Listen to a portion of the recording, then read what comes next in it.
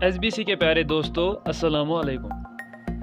Today I will tell you some basic terms of economics such as follows: economic activity, goods and services, producer, production, consumer, consumption, investment, exchange, saving, economic problem, utility।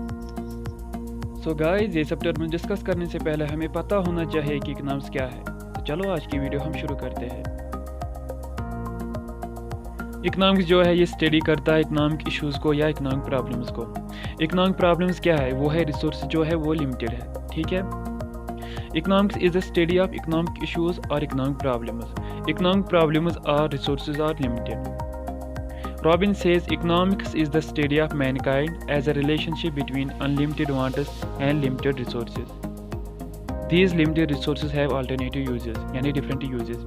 Economics जो है ये इंसान को study करता है जैसे कि unlimited wants और लिमिटेड रिसोर्सेज में क्या रिलेशनशिप है, ठीक है।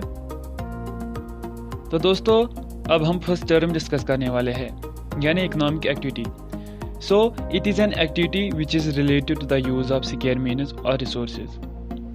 स्केयर या लिमिटेड रिसोर्सेज को हम कैसे यूज़ करें, इस एक्टिविटी को हम इकोनॉमिक एक्टिविटी कहते हैं, ठीक है। सेकंड जो इम्पोर्टेंट टर्म मैं आपको बताने वाला हूँ वो है goods and services.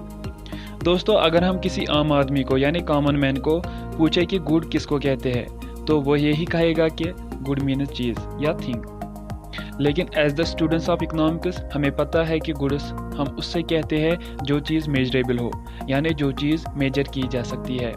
For example आज मैंने 10 च्युइंग गम्स खाए, ठीक है। और गुड्स हम उससे कहते हैं जिसको हम फिजिकली टच कर सकते हैं, ठीक है। जैसे कि मैंने आज 10 च्युइंग गम्स खाए तो मैं च्युइंग गम्स को टच कर सकता हूँ, यानी दे आर टचेबल। इन सिंपल मटेरियल थिंग्स को हम गुड्स कहते हैं। तो अब सर्विसेज का क्या मायने हैं? दोस्तों मैं आपको बताऊं, सर्विस हम उससे कहते हैं which is not measurable and has no physical touch. जैसे कि एक डॉक्टर अपनी सर्विस देता है, उसका काम है पेशेंट्स को ट्रीटमेंट करना, या कोई टीचर अपने बच्चों को पढ़ाता है, वो भी अपनी सर्विस देता है, ठीक है। अब आपको समझ आया कि गुड्स एंड सर्विसेज में क्या डिफरेंस है। I will repeat it. Goods are those which are measurable and have physical touch. Services are not measurable and have no physical touch, ठीक है। तो अब हमारी थर्ड टर्म है वो है प्रोड्यूसर। प्रोड्यूसर वो इकोनॉमिक एजेंट है जो गुड्स एंड सर्विसेज प्रोड्यूस करता है in order to gain maximum profit, ठीक है। यानी ये वो इकोनॉमिक एजेंट है जो अपनी प्रॉफिट्स को मैक्सिमाइज करने के लिए गुड्स एंड सर्विसेज प्रोड्यूस करता है। In short, it is an economic agent who produces goods and services in order to gain maximum profit. Fourth term जो है वो है प्रोडक्शन। तो production means to convert raw material into finished goods. Production वो economic activity है जिसमें producer raw material को useful goods में कन्वर्ट करता है, ठीक है। फॉर एग्जाम्पल आयरन जो होता है वो रॉ मटेरियल होता है, तो प्रोड्यूसर उससे कन्वर्ट करता है into various things such as machines, tools etcetera, ठीक है। तो ये था हमारा प्रोडक्शन, ठीक है। अब जो फिफ्थ टर्म है वो है consumer. So consumer is an economic agent who consumes goods and services in order to get maximum satisfaction. Consumer वो इकोनॉमिक एजेंट है जो गुड्स और सर्विसेज को कंज्यूम करता है अपनी सेटिस्फेक्शन को मैक्सिमाइज करने के लिए, ठीक है। कंज्यूमर हम सब है, हर कोई कुछ ना कुछ कंज्यूम करता ही रहता है अपनी सेटिस्फेक्शन को मैक्सिमाइज करने के लिए। जैसे हम हर रोज़ फूड जो है कंज्यूम करते ही रहते हैं, किसके लिए?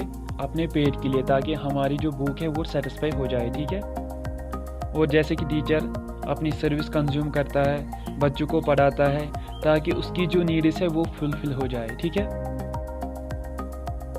तो अब है हमारा कंजप्शन, जो कि सिक्स्थ टर्म है। ये वो इकोनॉमिक एक्टिविटी है जो use of goods and services के रिलेटेड है, ठीक है। कंज्यूमर जो कंज्यूम करता है उसे हम कंजप्शन कहते हैं। For example eating bread, drinking milk etcetera, ठीक है। Simply it is that economic activity which is concerned with the use of goods and services. तो ये था हमारा कंजप्शन, ठीक है। अब जो सेवंथ टर्म है वो है इन्वेस्टमेंट।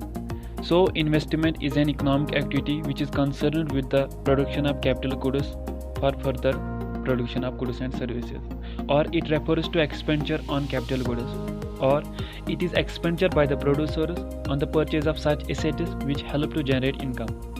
तो दोस्तों इन्वेस्टमेंट हम उससे कहते हैं जब एक प्रोड्यूसर वो कैपिटल गुड्स परचेज करता है यानी खरीदता है जो उसको अपनी इनकम बढ़ाने में मदद करते हैं, ठीक है।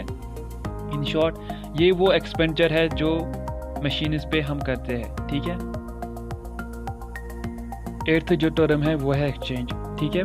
वैसे हम सब जानते हैं कि एक्सचेंज क्या होता है, तो फिर से रिपीट करते हैं। N act of buying and selling of goods, ठीक है। This is mostly done through money.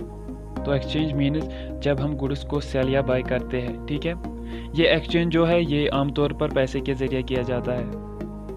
For example हम किसी को कहते हैं कि आप ये फ़ोन मुझे कितने पैसे में दोगे, वो कहता है कि 5000 में, तो हम 5000 देते हैं और वो फ़ोन देता है, ठीक है। इसको हम एक्सचेंज कहते हैं। हम पैसे को एक्सचेंज करते हैं किससे? फ़ोन से।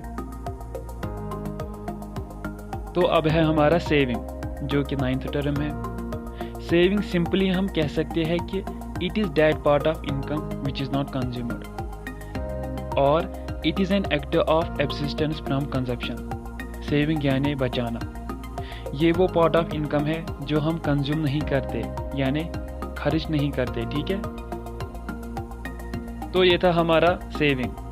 अब जो 10th टर्म है वो है इकोनॉमिक प्रॉब्लम। वैसे हम सब जानते हैं कि ह्यूमन वांट्स, इंसानी ख्वाहिशात जो है वो है अनलिमिटेड, लेकिन हमारे पास जो रिसोर्सेज है वो है लिमिटेड, ठीक है। साथ ही साथ हम ये भी जानते हैं कि resources can also put the alternative uses, ठीक है।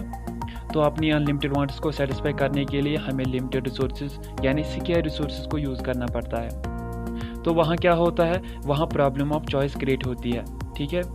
जाहिर सी बात है, जब आप स्टेशनर के पास जाते हो, आपको नोटबुक लेनी है जिसका प्राइस 200 रुपीज़ है, लेकिन आपके पास 100 रुपीज़ ही होते हैं। तो आप क्या करते हो, आप दूसरी सस्ती वाली नोटबुक चूज़ करते हैं, ठीक है। आप वही प्रेफर करते हो जो आपको अफोर्डेबल हो। तो इसको हम कहते हैं प्रॉब्लम ऑफ चॉइस या इकोनॉमिक प्रॉब्लम, ठीक है। सो economic problem is essentially a problem of choice, ठीक है। तो ये था हमारा इकोनॉमिक प्रॉब्लम। अब जो 11th टर्म है वो है utility. Utility means want satisfying power of A commodity. Utility यानी एक कमोडिटी से हमें कितना सेटिस्फेक्शन मिलता है। फॉर एग्ज़ाम्पल जब हम एक एप्पल खाते हैं तो उससे हमें कुछ ना कुछ सेटिस्फेक्शन तो मिलता ही है, हम उसे यूटिलिटीज कहते हैं, ठीक है। यूटिलिटीज यानी यूनिट्स ऑफ यूटिलिटी। मुझे पूरी उम्मीद है दोस्तों कि आपको समझ आया होगा और कमेंट्स में ज़रूर बताइएगा कि आपको ये वीडियो कैसी लगी। अगर आपको ये वीडियो अच्छी लगी तो लाइक कीजिए और अगर इंतहा से ज़्यादा अच्छी लगी तो अपने दोस्तों से शेयर कीजिए और साथ ही साथ सब्सक्राइब करना ना भूलें, क्योंकि मैं ऐसी बहुत सारी वीडियोज़ अपलोड करने वाला हूँ जो कि आपके लिए बहुत ही फ़ायदेमंद होंगी।